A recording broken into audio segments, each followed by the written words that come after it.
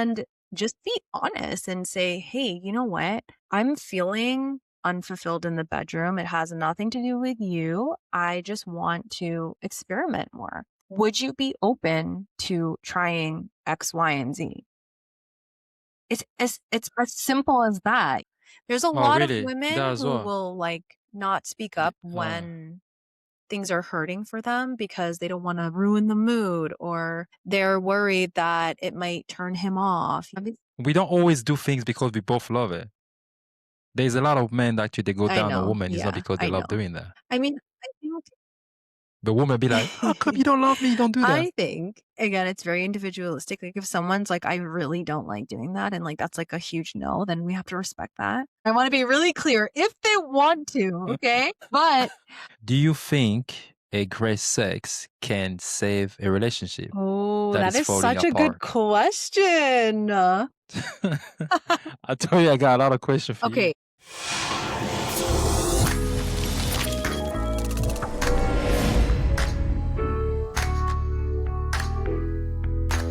Hey, another day here. This is your boy Fun Chris, and today I have a brand new guest. We're gonna talk about being confident in the bedroom. We're gonna talk about intimacy as well. My guest today is actually Sam. She's a coach, but she's actually an expert when it comes to intimacy, relationship, and anything to do with a lot of things that people don't want to talk about is sex and relationship, all these things. So today we're gonna go deep into that. Yeah, my name's Okay. Sam. I am an intimacy and confidence coach, and I have been doing this work for over 10 years. Started off as a clinical counselor and therapist, and I've helped many women who have experienced domestic violence and sexual violence overcome their fears in the bedroom, overcome their traumas that come up when they're in intimate situations. And it's just one of my passions because I too have really gone through so much of my own intimacy issues. And I think that's why I'm so passionate about it. So yeah, I have a therapy background and I love helping people just like work with their bodies and listen to their body signals. And so that's a really big part of my work. That's who I am. I think you have therapy background. That's the Yeah. reason why. Because when I see on your post, a lot of your posts, I can always see that touch of therapy. I was like, I think there is something else that this woman actually studied. But tell me before we go deep into the conversation about your story, what actually make you start talking about it? Because a lot of people, when you see somebody talk about things like that, because you've been to a lot of things, and now she kind of like talk from experience. But basically, when I was around 8 years old, I was introduced to like adult entertainment by somebody, like by a stranger that I didn't really know. And I too myself went All through right. sexual violence and that situation. Like, I'm not going to get too much into the details, but I don't want to like traumatize anybody who's listening.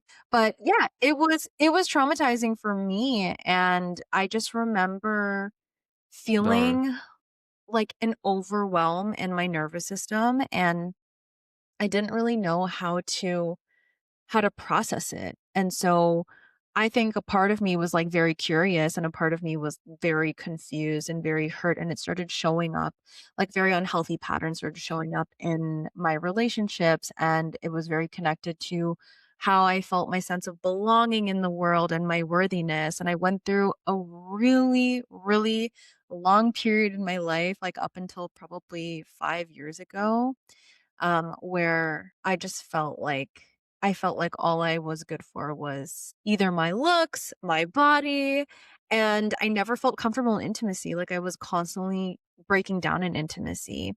Apart from like I guess two long-term relationships that I had.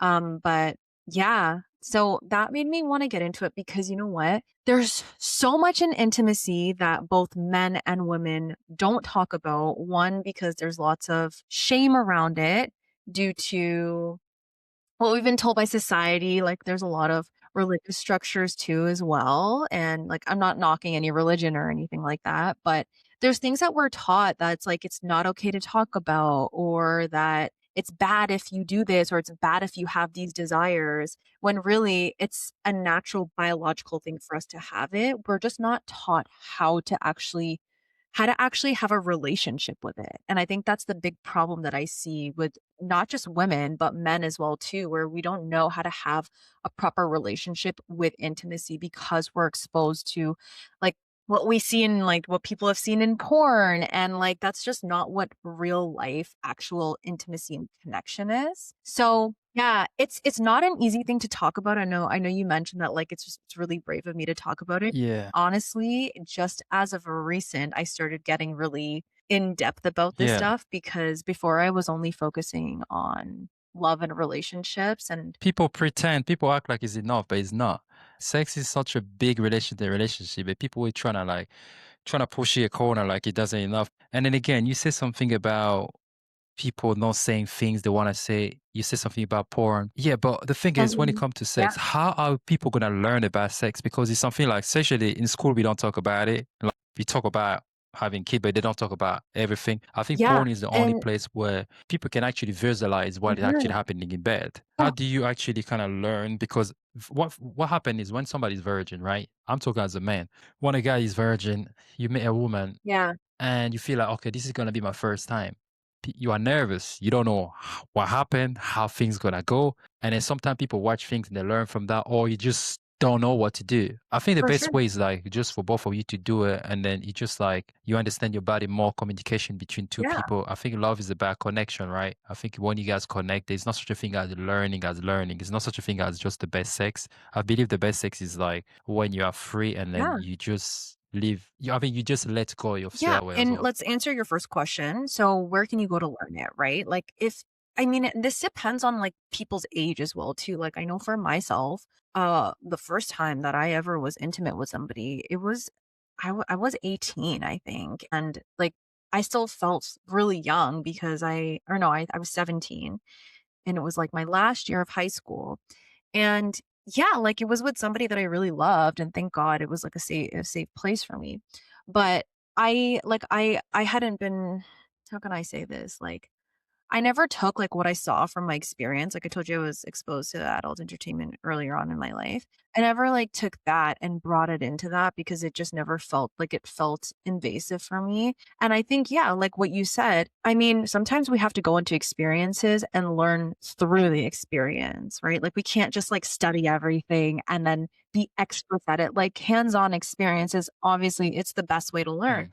Now, are we always gonna get Yeah, sex quote unquote right, like I don't even want to use that word, but it really depends on the individual and what they want. So I think in order to learn about sex and intimacy, it really depends on what your desires are as an individual. So getting really clear on that first of like, okay, well, how do you want to feel when you're having sex, right? Like you mentioned the words free and fun, right? And so maybe that's what it is for you. I know for me, yes, that's a part of it as well too. But one thing, and this is something that I've always felt because of who I am as a person. I'm very sensitive, I'm very loving, I'm very affectionate. And I've always wanted more than just like the fun aspect of it.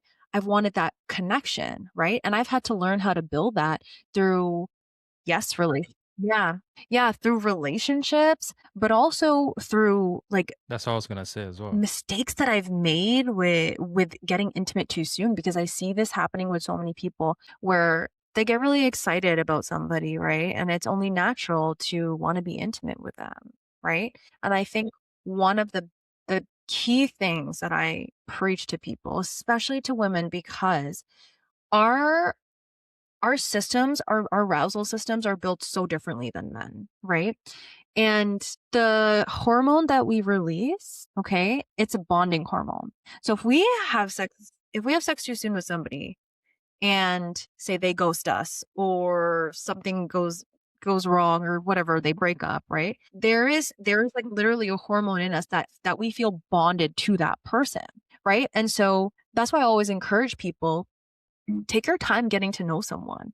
And throughout this learning process, ask questions. People are really afraid to touch the subject and then they just go head on into it. And then they have a really bad experience where they feel like they've been taken advantage of or they feel like they didn't enjoy it and that comes from not asking the right questions. It could be a misaligned partner.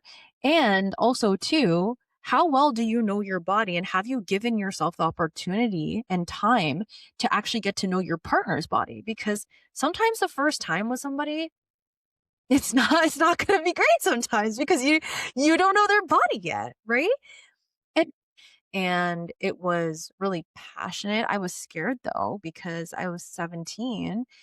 I didn't know it was scary for me, like, I remember, like, still being in his room and, like, "Oh my gosh, like, I'm about to have sex for the first time, like, what's happening?"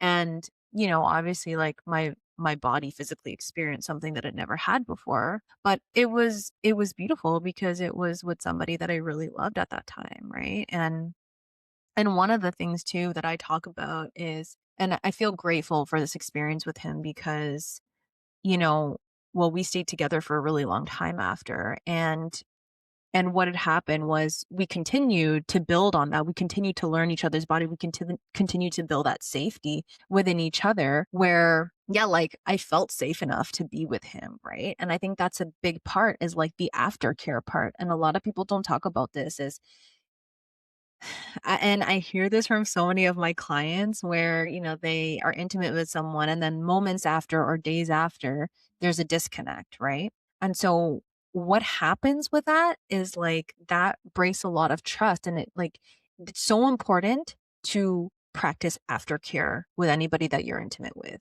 Like asking them how they're feeling. Yeah, but the thing is, when people have sex, sometimes like, yo, we have sex, everything. As soon as it's over, turn your back, get your underwear back, and then people just like you have that silence.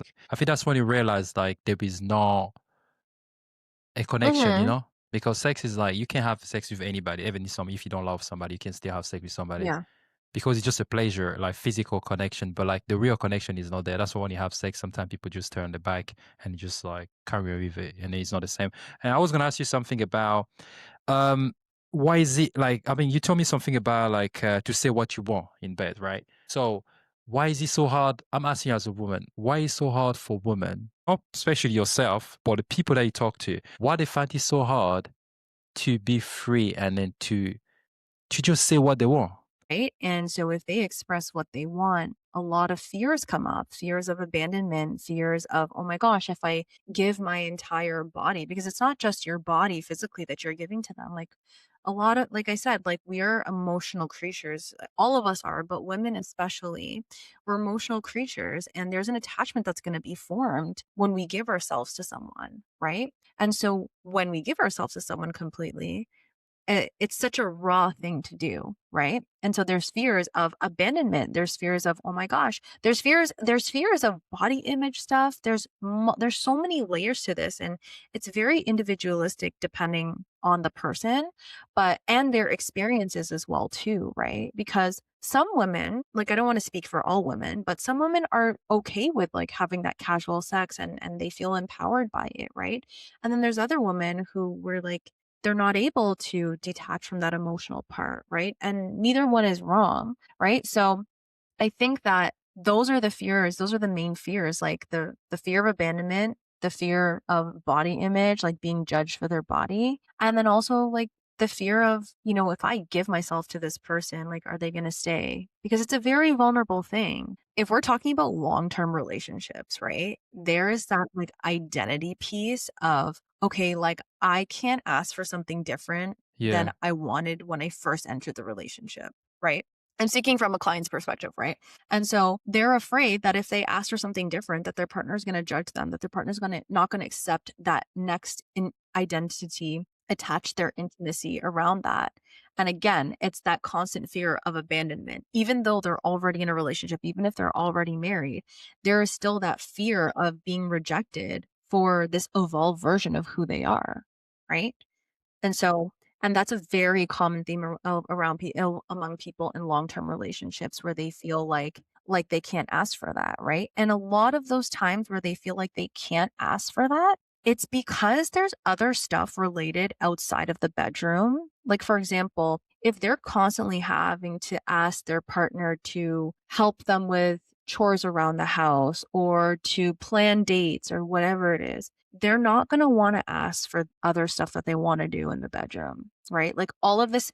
And when it comes to intimacy, it's not just about the sex, it's not just about the physical part, it's not just about in the bedroom. All of it relates to extended parts outside of the bed. We heard that before. We heard that before. Every time we talk Mhm. about this, women always say, "Oh, because I do everything at home. I help for the kids. I help for the cooking. I do the housework. Yes, that is true. But sometimes men do all those things, but they still feel like women. They're like, they just don't want to express themselves sometimes, or sometimes you don't want to be treated like people outside. That's why men, I think in our head is different. We are very visual. We like doing things that you're with your partner, you want to do some crazy thing, but sometimes a lot of women are like, and then men as well. Sometimes we feel like we cannot say so much. We don't want to ask too much because if we ask a certain way, you might feel like, when you ask for something, a person Okay. is not really that open. You feel like you're trying to abuse the person. That's why men sometimes they feel frustrated. That's why we kind of pull back because we feel like we don't want to try too much. If I want to try some other thing, I'll be like, I don't know how she gonna take Yeah. it. That's a big thing. Like, and I think if you want to try something new with someone, like you have to have that conversation first before you even try it, right? Mhm. How would you have that conversation like? If Yeah. somebody wants some help, right? And just be honest and say, "Hey, you know what? I'm feeling unfulfilled in the bedroom. It has nothing to do with you. I just want to experiment more. Would you be open to trying X, Y, and Z?" It's as simple as that, you know? Like, it's a very Men not gonna just say no to that. If you say that to a man, he'd be like, even if he's going to work, he Yeah, might I say, mean, I well, think I'm you know what feeling, though? I might call I work today. would I'm love to like, I'm sick, challenge you on that because I've actually had men come to me, clients who feel like they've actually been taken advantage of in the bedroom as well too. So, I mean, we can't say that for all men, right? And I think it really depends on their experience and it depends on their view of masculinity in the bedroom Yeah. as well too and the role that they play, right? Like so it's Yeah, I think some women are too much as well. I think some women are too much, are too much in okay. a way of they just always want a lot, and the men cannot keep up. Like if somebody is like hyperactive sexually, right? And I'm not saying this for everybody, but a lot of the times that derives from a past sexual experience where they have been taken advantage of, like sexual violence, someone's been raped, someone's been whatever, they've been taken advantage of, right? And the hyper arousal, the hyperactive in their sexual life, it comes from wanting to have control, right? And wanting to be in control in a form of, like, reclaiming their power. Now, is it always the healthiest? Maybe it serves them for a certain amount of time, right? But there has to come a time where, it's like, "Okay, how is this serving me?" Do you know what I mean? So, again, like yeah, like, I hear what you're saying that, someone could be, quote, unquote, "too much" or Yeah. or doing a lot, but there's always reasons behind our sexual behaviors. There's always reasons behind our sexual behaviors. For example, like, the person who and this happens with a lot of males that I've seen, not all males, but, they'll be intimate with a woman and then the next day they won't speak to her, right? And that's a common thing that a lot of women come to me with, right? And so what I see with that from the men's perspective is like there's an avoidant piece, right? And it's okay if the man like is like has changed his mind or things have shifted for him, but the gap between that is that communication piece, right? Because what part of you doesn't feel safe enough to communicate that out of courtesy to the other person's heart and their feelings because sex is not just sex. Like even if you're having casual sex, it's just not. It cannot be. We are spiritual beings. We live through our soul. We have emotions. And anytime when you exchange sex with anybody, you exchange energy with them as well too. You're picking up on their past traumas, their emotions, because you're literally coming as one. You're coming together as one physically, and your energetic bodies are merging together, right? So it's never just casual because you're picking up fragments from each other, right? Or you're bonding or whatever it is, right? I mean, what you're saying is true, but the thing about like men going for sex with somebody after that, you stop seeing the person. I think it's because, as you say, sometimes it's physical, but after you have sex with somebody, that's when you feel the connection. When people are not ready to get serious, that's why sometimes they run away or they feel like, I don't know how to handle the attachment that I'm going to have with somebody. I feel like for men, it can be selfish, but for women, it can actually create a lot of trauma. That's why women sometimes for the next relationship you might have, it might be a little bit more like not as open because okay, if we're having this, I already know what's gonna happen. I always say like men, when we think about sex, like our head doesn't function anymore.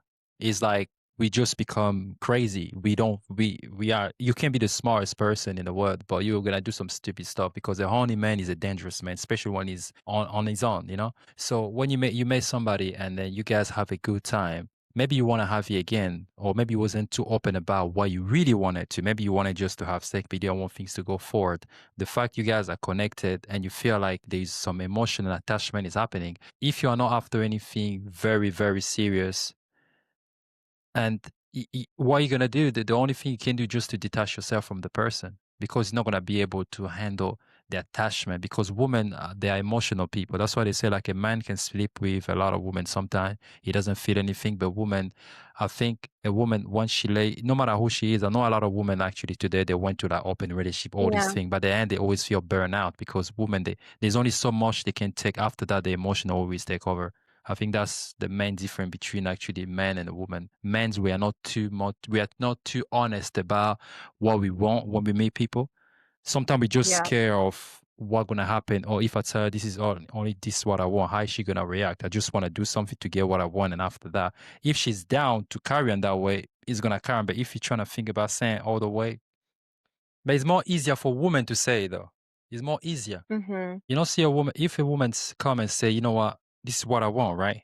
Yeah. A man just gonna say, okay, this is how you want. That's cool. But if a man say this is what I want, it's gonna come across like you are not serious. You are you are this. They gotta call him name. Was saying about reaching Mhm. expectation in bed. It's okay, it's Sorry, okay. I gotta switch it up. So something about like switching expectation in bed actually. So what is it for you? How would you actually get to the what you actually expect? I know like we touch a little bit of that, but like a lot of people when they do think they Mhm. wish things can be a little bit different. But how would you do? How would you advise people based on your, knowledge and the people that you've been talking to, whatever it Honestly, is? what I think is, like, having those while you're in the moment of intercourse is, like, having that communication of saying, "Okay, hey, I like this. Hey, I don't like this. Hey, can you move this way? Hey, can you move that way? Hey, can Mm. we do this?" Right? And paying attention to how your body responds when you actually make those shifts because your body's talking to you when you're having intercourse, right? And so I think just actually showing the Yeah, person how to navigate your body through your words or even guiding them through gestures as well too, right? And it's vice versa for men as well too. Like men can ask it. And yeah, obviously like I really want to encourage people to ask for these things in a respectful way, like not in a demanding way. Like being respectful when you're asking for it, okay? And when I say ask, the reason why I say ask is because that's a big part of consent because not telling someone, "Oh, okay. Hey, do this right now," you know? but sometimes if you're too nice, it can't be too cold as well. If you say like, No, "Can you you don't have to please it doesn't have to get be me like this way? that. Can you please But I slap don't mean me?" it like Like that, you but don't I'm think? just saying, make sure you ask instead of Can you please? annoying me. Yeah, yeah. But I'm just saying, I like, get it, make get sure it. you ask because, like, there might be things that the other person doesn't wanna do. Right? And it is a responsibility on both Mm, parts to be honest, right? Of like, "Oh, hey, like, I'm not comfortable with that," or, "Hey, like, can we try this?" Right? And again, it depends, like, the relationship that you have with that person. If you're with somebody for a long time, like, yeah, yeah, you're yeah. obviously, like, you're gonna feel more comfortable saying things a certain way, but if you're new to the relationship or Mm. you're just having fun, you have to be careful because But what about if you like Mhm. something and the person doesn't like it, but you feel like you always want to do it? What would you do then? Yeah, I mean, that's a good question. Hmm. Yeah. Would you say just it is what it is? But in your mind, you're still like, oh my God, I wish Well, I I could do would this. I mean, obviously, We don't always do things because we both love it. There's a lot of men that actually they go I down on know. women. It's not Yeah, because they I love know. doing that. I mean, I think The woman be like, how come you don't love me? You don't do that. I think, again, it's very individualistic. Like, if someone's like, "I really don't like doing that," and, like, that's, like, a huge no, then we have to respect that. But like you said, like, if it's something that it's like, okay, maybe it's something that I can work on trying to like, if they want to, you know what I mean? I wanna be really clear, if they want to, okay? But, I I get mean, it. I get it. then if it's something that you're like, "Oh my gosh, like, I really wanna do this," like, I would invite you to, like, think and they're not comfortable with it, like, I would invite you to think about alternatives and, like, discuss that. And maybe I have a good piece of advice here, actually. if someone is asking you to do something and the other person is like, "Okay, like, I don't wanna do that," I would invite you to think about like, have a conversation with them around like, "Okay, like, what's scaring you about this? What's making you not wanna do it? Like, let's talk about it. Like, let's explore why." And, like, having a conversation about that and exploring why, asking good questions as like, "Okay, does it make you feel unsafe? What about it makes you feel unsafe? What about it makes you feel like, 'cause sometimes with women, like, we can feel degraded in certain positions, right? So, okay, what about it makes you feel Yeah, degraded? yeah, Okay, yeah. how can we give an alternative that doesn't make you feel that way? What can we do before so that you don't feel degraded? Like, how can I say this? Like, the warm-up piece. But many men, when they go to that Mhm. conversation, they start, as a man, when we start thinking about, when we start acting the way you are saying now in our head is that, oh, I'm trying to force her. I'm going to look like I'm trying to abuse somebody or Mhm. I'm trying to force. In our head, that's how we kind of react. That's why sometimes men are like, okay, she don't want to do that. I'm just going Yeah. to have to. Next time you try again, she doesn't want to do, be like, all right, Yeah, and it is what it is. And you And start and I having think, things in your like head I now. mean, if a woman is, like, saying no, obviously, or anybody, I should say, then, yeah, like, we should respect that Mm. no. But if, for example, if you're in a Yeah, relationship definitely. Yeah. and you guys can have those conversations around like, "Hey, like, I'm just like, I'm curious." You can approach it from a standpoint of being curious of like, "Hey, I'm curious, like, what about this, like, makes you feel this way?" When you approach it that way, no woman is gonna be like, "Oh my gosh, he's forcing me." And also too, it's her responsibility Mm. to say, "Hey, like, you know what? Like, we can if she's really not comfortable with it, like, it's her responsibility to say, "Hey, I'm really not comfortable with it," and, like, that's that, and then we have to respect that, you know? But if there's an openness to the conversation and an openness to exploration from a place of respect, then I don't think that that's bad. Yeah. Mm. Yeah, yeah. There's a Oh, lot of really? women That as who well? will, like, not speak up when things are hurting for them because they don't wanna ruin the mood or they're worried that it might turn him off, you know? And I really encourage women, like, okay, that could be a possibility where it might quote unquote "kill the mood," but it's like, what's worse? Like, you tolerating that pain and him not knowing too? Like, I think that's Yeah, I think men can be very selfish. Mm, Men can be very selfish as well during sex. Sometimes I think it's very.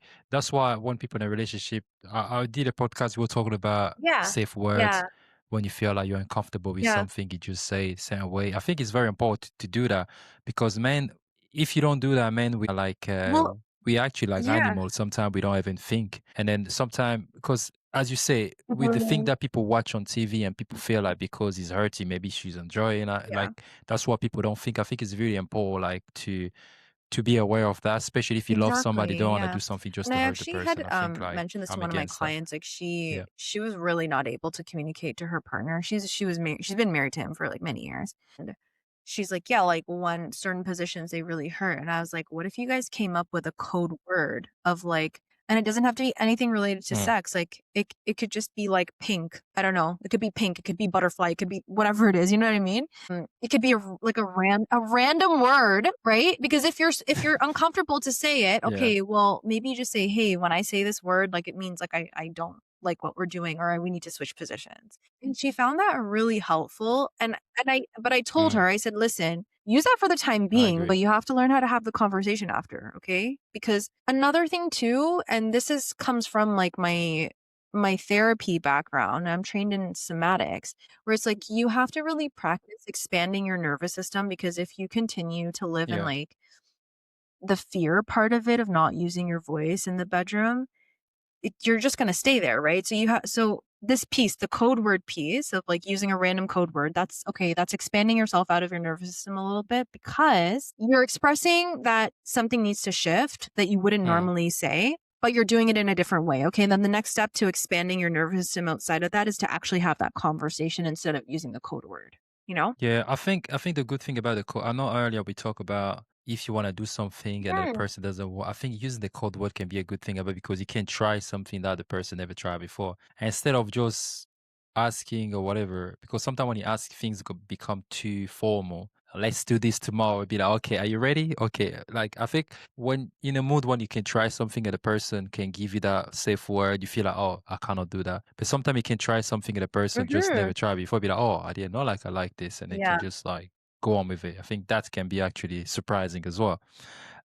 Do you think a great sex can save a relationship Oh, that that is is falling such a good apart? question. I told you I got a lot of questions for you. Okay, the short answer is no.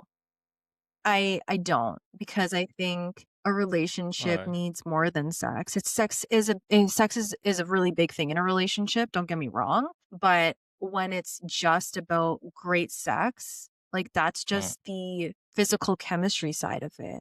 And for I'm gonna speak for women and men on this one. It's like if you're in a long-term relationship, you don't wanna just stay just for great sex mm, because all the other parts of yourself that are yearning to be fulfilled not gonna be fulfilled. So no, I the short answer is no, I don't think great sex can save a relationship because at the end of the day, like, the great sex is just a Band-Aid, right? Like, you're gonna be missing all the other aspects of the relationship, like the emotional connection part, like we talked about. We mentioned, like, a lot of men love to mm, go to their woman for emotional support as well too, and vice versa. So, how is that and truly, like, a relationship is not just about sex, right? When you have that deeper emotional connection, you can have a really beautiful sex life. But if you just have the sex life and that's it, well, the emotional connection part is missing. So, no, I don't think that great sex can save a relationship. But I think deep emotional work and commitment to one So, another and like actually working through your own stuff as individuals and as a unit, that's what's going to save a relationship. And then the sex part, like that can always be worked on. Like I feel like if you were to mm, ask me the opposite question of like, what if somebody doesn't have a great sex life, but they and all of that, I would say you can work on having a great sex life. That is something that can be worked on. okay, but the problem is if you want to Mhm. twist it, can you have a happy relationship? If you are emotionally connected to somebody, can you have like a successful relationship if the Well, sex is bad? that's what I was just What saying would you is say to like that?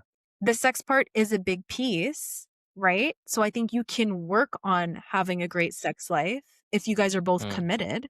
But the vice versa, no, like, I don't think mm, that sex can save a mm. relationship, but I think your emotional connection and your commitment to working on a better sex life can save a relationship. Podcast. It's been such a good conversation, and thank you for all the great questions. But Yeah, yeah, if anybody's looking for great. support in their intimacy, their confidence, their relationship, feel free to follow me on Instagram at Samantha Gilhooly and send me a DM and let's explore how we can improve your sex life, your intimacy, and your relationship. Thank you. Good. Thank you. Yeah. Thanks, Samantha, for having you today. But I definitely want to have you again for next time. We're gonna record a beautiful episode. I'm gonna put it, you're gonna be ready next time because you know what's coming. And so yeah, thank you again. For anybody who listen to this podcast, you wanna get in touch with Samantha, I'm gonna put all the link, every information that you need from her as well. You're gonna have it. Thank you again. Make sure you subscribe to the channel and God Thank bless, you. man.